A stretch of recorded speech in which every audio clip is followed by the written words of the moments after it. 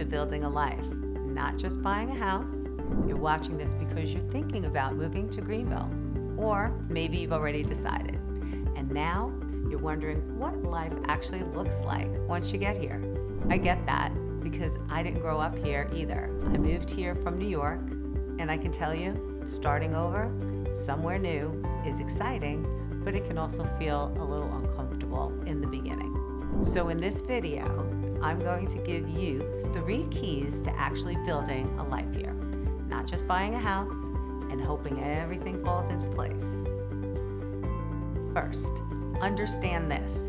The move is the hard part, not the house. Most people think the challenge is finding the right home. It's part of it, but the biggest challenge can actually be the move. And the hardest part is everything that comes after you're here, adjusting, meeting people, and having those moments where you quietly ask yourself if you've made the right decision.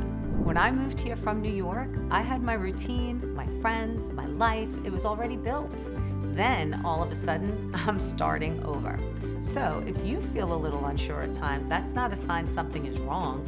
That's just part of relocating, and having those expectations ahead of time makes a huge difference. Second, you have to be intentional about meeting people.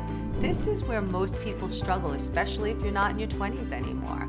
You can't just wait for life to happen. You have to step into it. That starts with doing something consistently, whether that's church, your kids, school events, or even a weekly activity where you'll start seeing familiar faces. Then put yourself in environments where conversation just happens naturally. The Saturday farmers market, downtown, walking Main Street, or trying new restaurants. Those are all easy places to connect with people without it feeling forced. And take advantage of Greenville's events. Euphoria, Fall for Greenville, Artisphere. These aren't just fun, they're opportunities to plug into the community. That's exactly what I did when I moved here.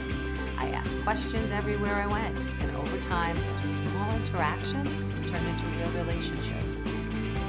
Third, don't rush big decisions just to feel settled faster.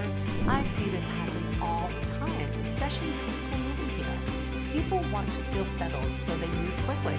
But if you're also selling a home where you're coming from, timing matters a lot. Ideally, you want that home you're selling under contract before you fall in love with something here.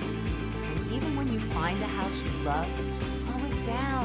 I always tell my clients, if you can, sleep on it. Give yourself 24 hours, step away from the emotion, and make sure it feels right the next day. That's not always possible if the house is just that good or if the market is busy, but if you can swing it, waiting just one night to decide can save you from making a decision you might regret. So, here's what I want you to take away. You're not just moving, you're building a new life. And as someone who left New York and did this myself, believe me, it works, but it works better if you're intentional about it and you give yourself time to adjust. So if you're thinking about making a move to the Upstate, or you're already in the process and want a clear path so you don't feel you're figuring it out alone, comment or message me and I'll get you on my calendar. I'll walk you through exactly how to do this the right way. I've done this myself, and I promise you, you can do it too.